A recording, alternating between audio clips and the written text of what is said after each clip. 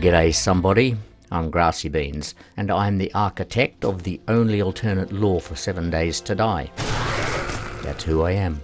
And right here is where we left our story from last episode. And just as a matter of interest, here's a look at the current game stats. This has nothing to do with me bragging of my excellent score. I mean to say, it's a pretty excellent score though. I really don't have to do any bragging. Just get a load of those figures. 641 skunk snuffs after the third horde night, and only 12 reciprocal events. That gives me an average of 53.4 skunk snuffs per reciprocation. Bet you can't match that. Of course you've got to be playing according to my law, otherwise your score don't count for squat. And now the next job is to clean up after the killing spree of last night's horde. Of course you could just leave the spikes and bombs where they are, but you'll find that they're annoyingly in the road all the time, because you're gonna keep blowing yourself up. So it's best just to spend a bit of time cleaning up. It can be a bit of a tedious job.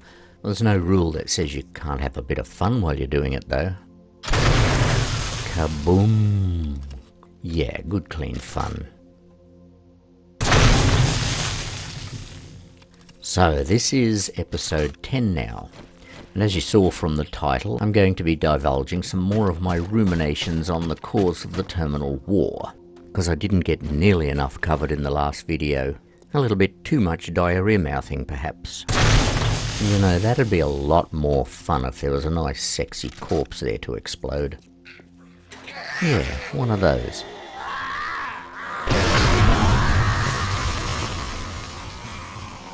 That was both elegant and sexy, most quantifiably enjoyable. Blast! They've launched an accumulative offensive on me. What the hell? Who said you could gang up on me like that? This is my piss-off stick. You piss off, and you piss off, and you piss off. Oh, what do you know? They all pissed off. And this is only my piss-off stick. Just you wait till I take out my enhanced prickle stick. Then you'll see something. So, I'm about to splurge some more of my knowingness about the war all over your auditory bits. So set your ears to listen mode and let me unload my brain juices on you. What I'm about to tell you is important stuff. You need to know about it because you are now living in the time where these events playing out today lead ultimately to the terminal war. The war that in part created this world of perpetually painful and putrid people. Now at the time of my making this video, specifically episode 10, the month is May and the year is 2020. And we're in the midst of world-changing events being driven by something as insignificant as a virus. In the months preceding this viral pandemic, there were other periodic eruptions of civil grumpiness around the world as well. The driving force behind those grumpy eruptions was the workaday people's slow realization that income was not keeping pace with the rising costs of living. And speaking of living, it's time to harvest again. This is my favourite gardening thing to do. After every harvest, I keep some of the produce for next crop's seeds, and the rest goes into storage for food. Oh, and I accidentally told a lie earlier. Yes, harvesting isn't my favourite thing. Eating the food I find actually causes much more arousal. But I was talking about the grumpiness caused by the rising cost of living. It was this, coupled with the constant struggle to survive and make ends meet with no relief in sight, that constantly pushed average Joe citizen to the heavy end of the grumpy scale, which of course caused widespread worldly cantankerousness. And of course, cantankerousness translates into angry, or more to the point, angry enough to take action. And of course, the only way average Joe citizen can express their collective pissed-offedness is public protest, which was happening regularly everywhere. Until the virus. Once the virus was released, I accidentally said released. What I actually meant to say was once the virus took hold. So once the virus took hold, all the demonstrations faded conveniently into the background. I probably shouldn't have said faded conveniently. What I should have said there was faded consequently into the background. Yes, that sounds much less conspiratous. So it turns out that the threat of the contrived virus was suddenly far greater than the moderate inconvenience of just being poor. Ah, sorry, I called the virus the wrong name then. It wasn't a contrived virus. I forget what they were calling it. It was something like Co-Conspiracy 9 or Covert Infectious Distraction 19. I don't know. My brain's kind of foggy, as though there's been some kind of 5th generation radiation infiltration. Either way, the virus sure took the people's minds off what they were doing. But not only did it take their minds off their demonstrations and public displays of civil disobedience, if you stand back and observe the whole process, you can't help but see there was a clear and close to deliberate mass re-education of the entire global population. Have a good think about it. You'll see that I'm right. Okay, I'm pretty sure I heard movement somewhere. Sounds to me like there might be the chance meeting of some sorry salad skarking in the area. And yes, I am always right. Taste my prickle stick biatch. And there's my favourite cock's crow. Oh, I do love the morning cock. Well, now that I'm here, I might as well do some raping and pillaging. I'll start by raping this bin, and then I'll go pillage some poultry peasants. I know they're here. I can smell their noises. Whoa, skin bag. Oh, back away. These guys are the worst. Time, I think, for a flurry of fierce and frantic flogging offensives. Glad I got my trusty prickle stick with me. And I call it a prickle stick as in, this prick will be dead soon. This has to be my weapon of choice. I like to be up close and in your face when I'm flogging the snot out of somebody.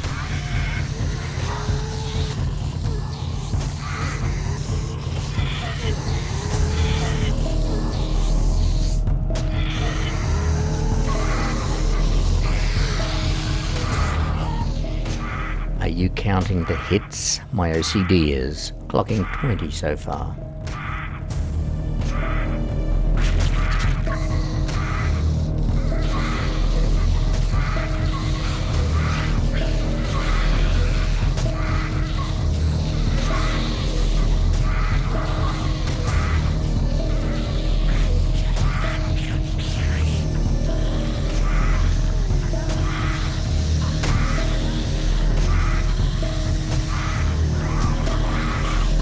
He's cleaved an artery somehow. Gotta get some space between me and he. That means run.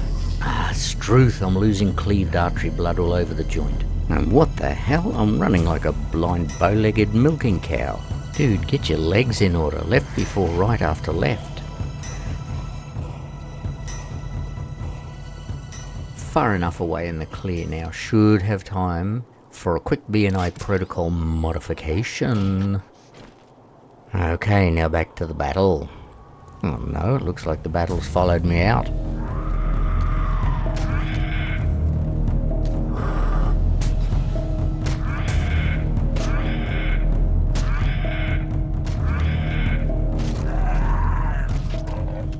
Oh wow, that was one tough dogfuck leprosotic skin bag. And I think the only thing that'd make those worse is if they could run during the day, which I do believe they do in later versions of the game.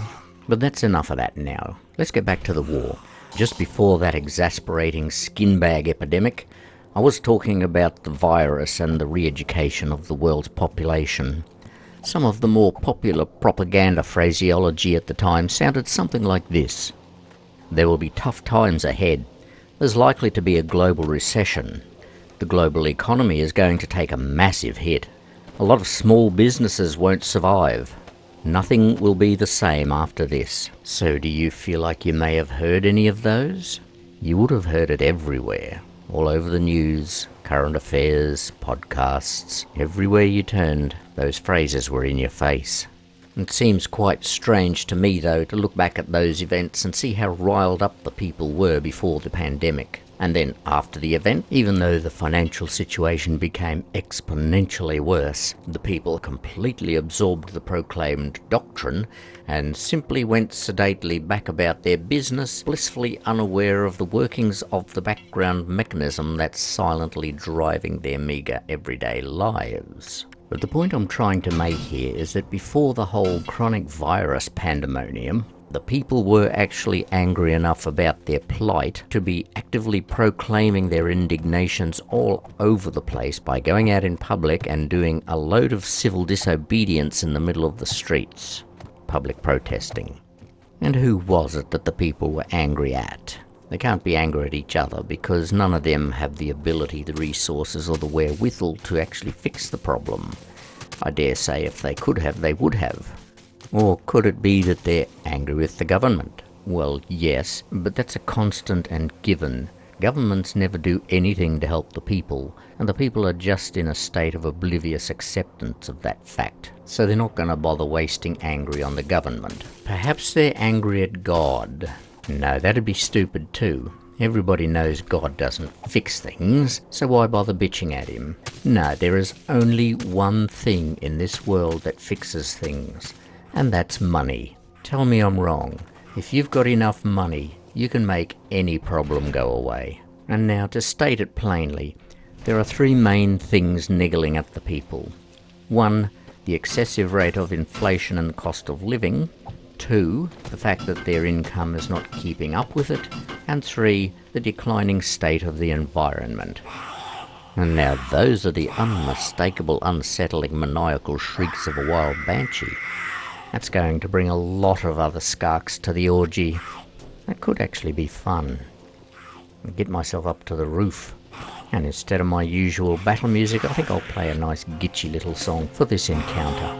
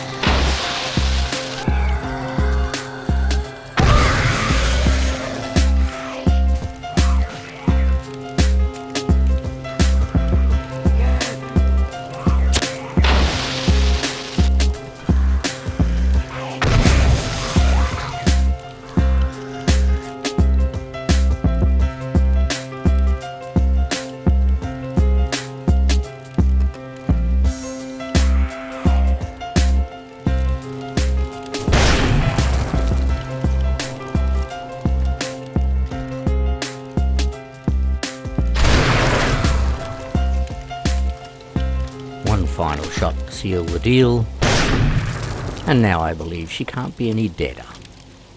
So earlier I was telling you about the 3 factors that were motivating the global population into civil disobedience, and the reason I want you to understand this is because that is the same driving force that brought the population to boiling point in 2046, just before the war. But first we need to establish who it is that the people are angry at. And to do that, I'm going to explain a little bit about something I mentioned in the last episode. Right near the end of the episode, I said, money is a very powerful governing force. So let's talk about that. There are a number of words that invoke the idea of money. Capitalism, aristocracy, plutocracy, and oligarchy, just to mention a few. And these words are not only associated with money, they also go hand in hand with power and control, as does money. My all-time favourite word associated with money, though, is oligarchy. It just sounds so oligarchy. Isn't that great?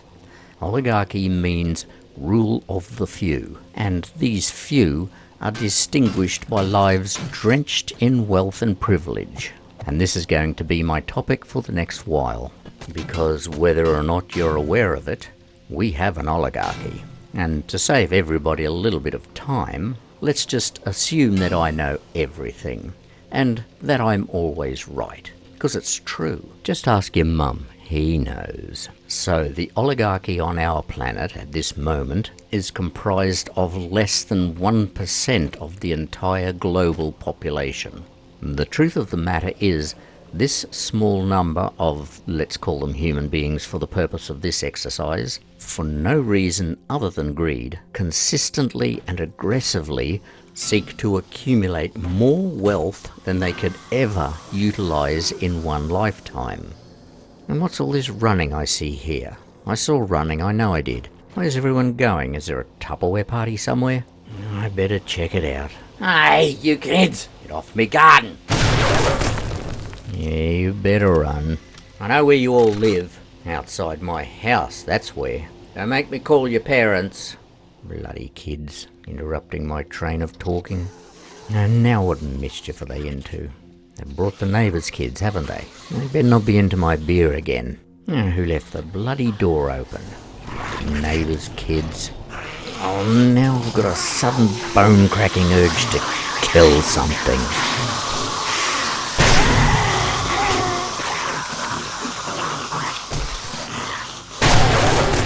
Yeah, that's quelled it, I think. Oh, god damn it. How am I going to get back to talking normally after that incursion? Ah, fuck it. I was talking about the oligarchy. That's what I was doing. So, yeah, get used to it. That is our oligarchy. We have them, like it or not. And they are our ruling elite. I'll explain a little bit more of that, probably in a different episode, not this one. And now, here is an unarguable fact. You can argue with it if you want, but I'll just tell you that you're wrong, and I'd be completely correct in saying that. The fact is, if all of the wealthy got together and pooled all of their resources, they would easily be able to cure all of the world's problems in one committed endeavour. There would no longer be poverty, hunger, or homelessness. These things need not be. Remember what I said a little earlier. Money is the only thing on this planet that fixes things. Now, I know this is never going to happen, because I'm fully aware of the nature of the beast. The beast, of course, in this case being our beloved oligarchy.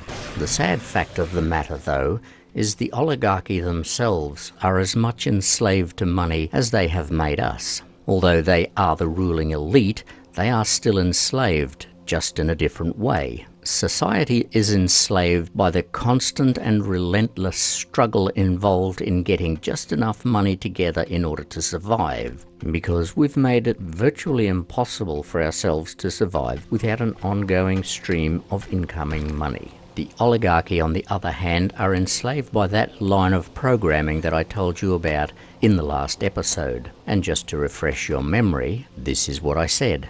Money carries with it a very specific mental conditioning of scarcity.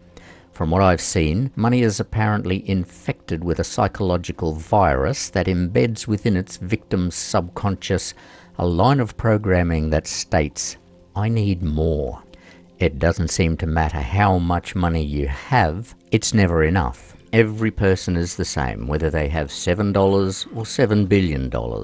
Everyone always wants more money, and it seems the more money people have, the stronger is their need for more. So you can well understand the immeasurable pressure that any of the ruling elite must feel to acquire more and more wealth. wealth which is well and truly over and above anything they themselves, or their entire family for that matter, could ever need or use in one lifetime. For them, the world's problems might as well be in another universe. The oligarchy of this planet possess over half the planet's wealth. The other half is shared among the rest of the population, the other 99% of the people. Now, it's clear to me that I'm not the only person who's seen the obvious disparity here, because it was that 99% of the population that was the driving force behind the protests before the virus. And it was that obvious unbalance of wealth that was fueling the emotions of the activists to the point of taking action. Money is a basic primal need, but it's not a natural one. Our DNA's programming doesn't include the command, seek money. The programming actually only says, survive. It's only today's society that has programmed into its people the acceptance of the belief that money is an imperative for survival. So could it be said that we've done this to ourselves? Well, that depends. We first need to identify who is in control of society's direction. Who is at the helm? Who guides the order of social development? Well, I think I've already established that. It's not the people, so no, we have not done this to ourselves. It's not the government, and it's not God. Remember, money in this society is the only thing that can make things happen. So who is it that has the money? It's that 1% of the population, our beloved oligarchy. They are the only ones that have the abundance that gives them the ability to forge change. But they're about as useful as God and the government. They're not doing squat, because their priorities differ from ours. Remember, they're slaves to money too. It's not possible for them to make the decision to fix the world's problems, because they must yield to that compelling command, I need more money, first and foremost. Well, now this is all very interesting, or tedious, I can't really tell. But what does all this have to do with the war? Okay, that's a really stupid question. I'm glad you asked. And now I'll give you an answer that isn't stupid. And this answer will be ideal in both fact and logic. Or to say it another way, this answer will be an axiomatic actuality, which means it can't be argued with because it is what it is. So this is now what all that other crap was to do with the war. And for now, I want you to think back over all the things that I've told you in this video. I've talked about all of the elements that played a major part in bringing the world to war for the third time. All that's left now is to bring it all together with a final summing up. All of the people were and still are angry about the crumbling state of the economy and mankind's unmitigated violation of the environment. But all of these people are just a bit distracted at the moment. Oh, whoa, spectacular accidental headshot. And now there's a bee just for the heck of it. Oh, whoa, I think I just got teabagged by that mongrel mutant bee. Is that possible? Do bees have scrotums? And if so, can they sack-whack you in the puss? Who knows? But that's not the story, this is. The people are peeved, but they've just forgotten about it for the moment. The peeves will come back though. The pattern's been set, and this is the way it goes for the next 26 years. The people get peeved, the people forget. It was only when the small black hole rolled the moon early in December 2046 that the greed of the oligarchy was exposed to the world for the very first time. Everyone on Earth knows of the greed of the oligarchy, and until now it's just been accepted because they are who they are. But as the moon rolled and their mining operation became visible to the unaided eye, everyone on Earth finally realized the extent of their absolute and monumental greed. And this is the final tipping point of the war. Because over the last 26 years there had been absolutely no change in either the economy or the environment. Therefore, the people's resentment of the oligarchy had built to an explosive climax. Now, here's something I've never mentioned before. The slaughter of countless Skarkan is a deeply saddening affair to Hickory. You see, a number of the Skarkan wanderers were once close friends and even family to Hickory. Which means not only is it distressing to be terminating close friends and family, but they are also a constant reminder of Hickory's beloved home that is now completely and forever gone. Think I'll head to the cage. And now that you know that some of these Skarken were once fine people with whom Hickory had closely bonded, I'll give you their names as Hickory finishes them off. This is just to give you a little insight into their history and their relationship with Hickory. The ones that I'll be naming are all around the same age as Hickory, which means they've all grown up together. So even though they're not all actually family, Hickory still considers them to be family. This is Helen Finch. Helen is one of Hickory's closest and dearest friends. Uncle Bob, almost a brother to Hickory. Both Bob and Hickory were raised by the same father, Adrian Diamond, affectionately known as Cousin Twitchy, and as his name suggests, Twitchy is Hickory's cousin. Adrian clearly suffers from Tourette's. He says he enjoys it when people call him Twitchy because it removes a lot of the stigma that's attached to the condition. These four people, Helen, Uncle Bob, Adrian and Hickory, all lived close to one another in the Hawking clan, and they were all under the tutelage of the same mentor, Orpha. There are still others that I will mention another time. These were just the first few that we came across here. And although the killing of these close comrades is a saddening event to Hickory, I as a gamer still enjoy it enormously, because even though I play the part of Hickory from time to time, I'm not Hickory. I'm grassybeans, gaming neophyte. Well, I'm going to shut the fuck up now because I need to take a dump and you're holding me up. So I'll leave you to watch as Hickory grievingly yet resolutely carries out the extermination of those nearest and dearest. But I want you to ponder, give a thought to Hickory's anguish. Imagine how you would feel if you were the one lost in an unrecognizable terrain with no possible hope of escape, knowing that this is the place that you will live out the rest of your life completely alone. Your only companions being gruesome, deformed things that you clearly recognize as loved ones, and being forced to repeatedly slaughter those same loved ones, your only form of human contact and chance of companionship. Such is Hickory's sad and inescapable plight.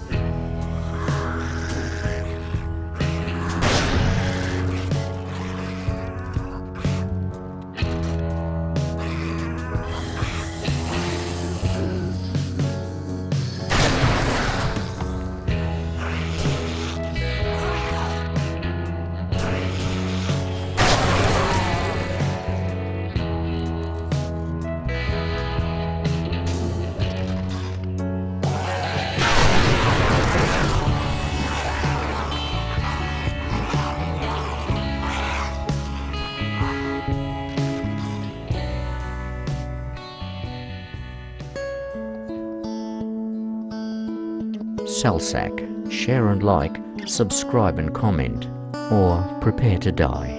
You have 7 days.